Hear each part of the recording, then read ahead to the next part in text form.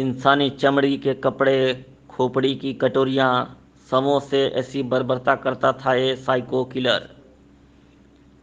Add गिन को बचपन से ही उसकी मां ने मानसिक रूप से ऐसा बना दिया था, जिसके कारण बड़े होकर उसने ऐसी घटनाओं को अंजाम दिया जिसे सुनकर आपके भी रोंगटे खड़े हो जाएंगे। मृत मां को जिंदा करने के लिए उसने 3 लोगों का मर्डर किया।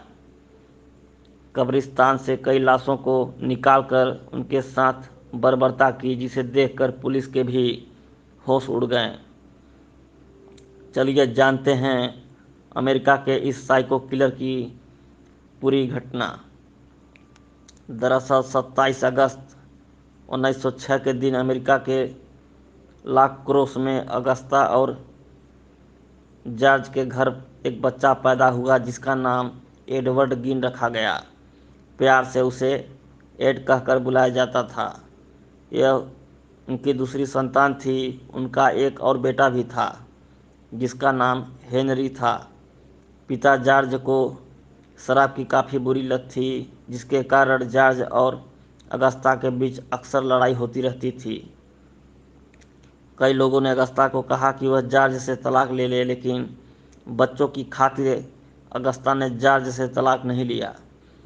उसने पति जॉर्ज को अपने हाथ पर छोड़ दिया था, बस दोनों बेटों का ही ध्यान रखती। इसी तरह चारों की जिंदगी धीरे धीरे चलती रही। जॉर्ज छोटी मोटी नौकरी करता था। शराब की लत के कारण उसे कई बार नौकरी से निकाल भी दिया गया, लेकिन वह दोबारा कहीं से नई नौकरी ढूंढ लेता। बार बार नौकरी छूट जाने के कारण परिवार को कई बार आर्थिक तंगी भी झेलनी पड़ती। ला क्रोस काफ़ी महंगी जगह है, इसलिए वहाँ उन लोगों का गुजारा हो पाना काफ़ी मुश्किल हो रहा था, जिसके चलते अगस्ता ने तय किया कि वह सब कुछ बेचकर बेटों के साथ कहीं और शिफ्ट हो जाएगी, जहाँ सस्ते में उनका गुजारा हो सके। फिर उन्होंने लाक्रोस के पास ही प्लेन फील्ड के अंदर 155 एकड़ में बने एक फार्म हाउस को खरीद लिया। बच्चों को किसी से भी बात नहीं करने देती अगस्ता। बच्चों को किसी से भी बात नहीं करने देती थी अगस्ता, और चारों लोग जल्द ही वहाँ शिफ्ट हो गए। कहा जाता है कि अगस्ता थोड़ी अजीब तरह की महिला थी। वह न जाने क्यों अपने बच्चों को किसी से भी बात नहीं करने देती थी, न उन्हें कोई दोस्त बनाने देती। अगर ये लोग किसी से बात करते दिख जाते तो अगस्ता उन्हें बहुत बुरी तरह से मारती पीटती थी। उसने तो उन्हें ये तक हक कह दिया था कि लड़कियों से बिल्कुल दूर रहना, क्योंकि हर लड़की बेश्या होती है। बच्चों की मेंटल स्टेबिलिटी में पड़ा फर्क।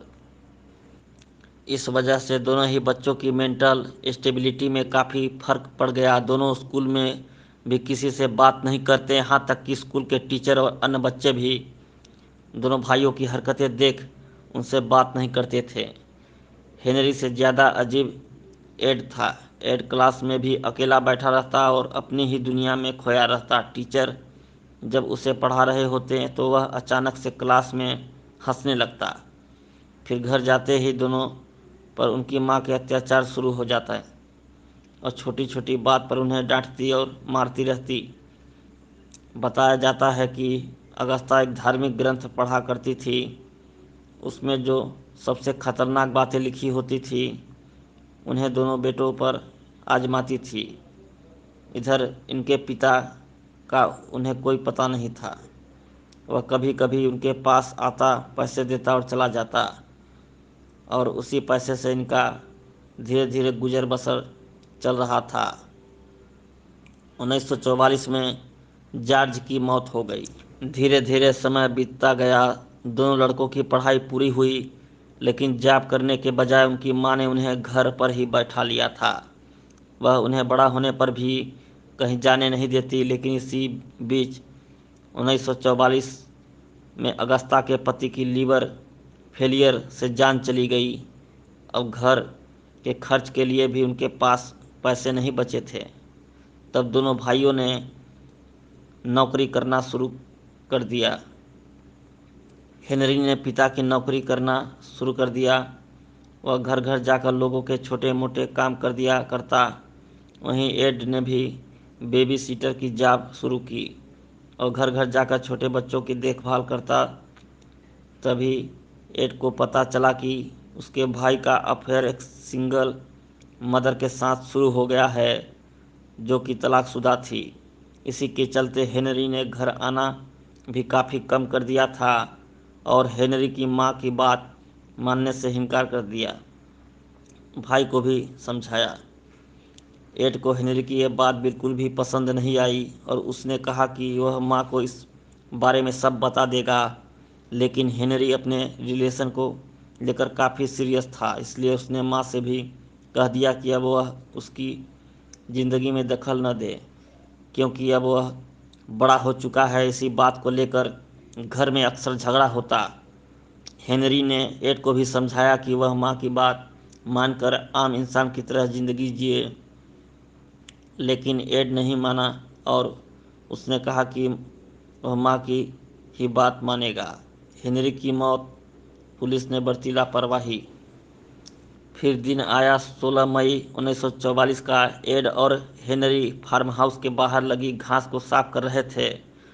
पूरे घास को जलाने के लिए दोनों ने आग लगाई, लेकिन ये आग काफ़ी फैल गई, जिसे बुझाने के लिए दोनों भाई तमाम कोशिश करने लगे।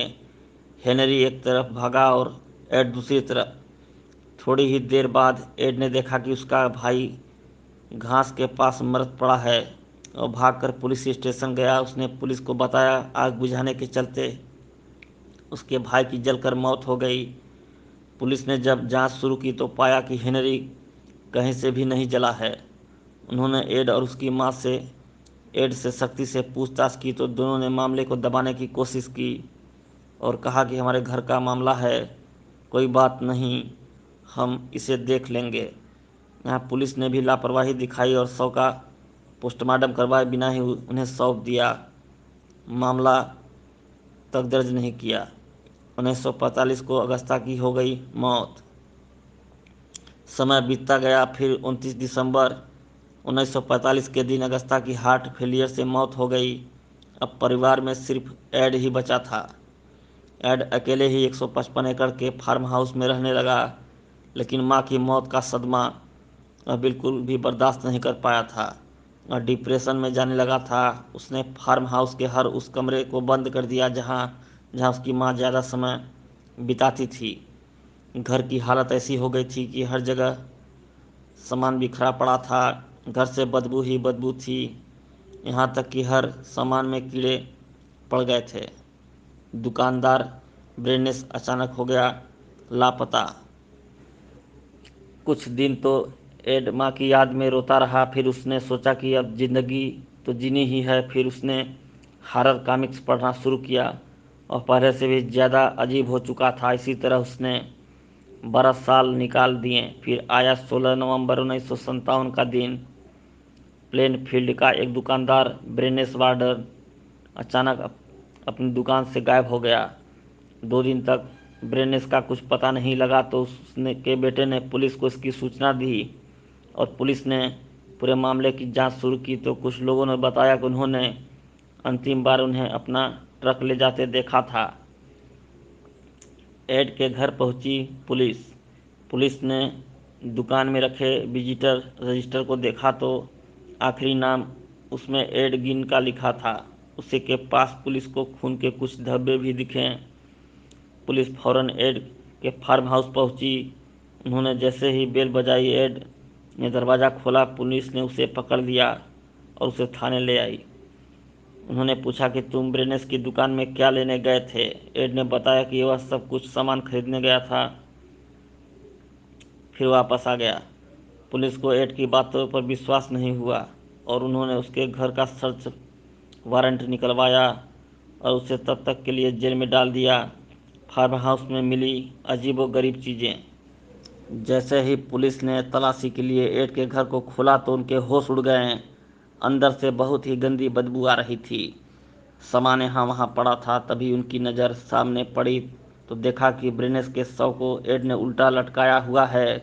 चेहरे को छोड़ उसके शरीर से पूरा मांस गायब था।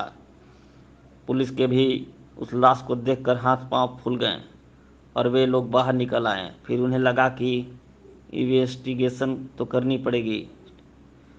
हिम्मत करके फिर से घर के अंदर गए तो उन्हें वहाँ ऐसी ऐसी चीज़ें मिली जिन्हें सुनकर किसी के भी रोंगटे खड़े हो जाएं। शवों का किया था ऐसा हाल। पुलिस को वहाँ कुछ कटोरियाँ दिखीं जो देखने में काफ़ी सुंदर लग रही थी, लेकिन जैसे ही उन्होंने उन कटोरियों को उठाया तो पाया कि वे इंसानी खोपड़ियाँ हैं जिन्हें कटोरियों की शक्ल दे दी गई है।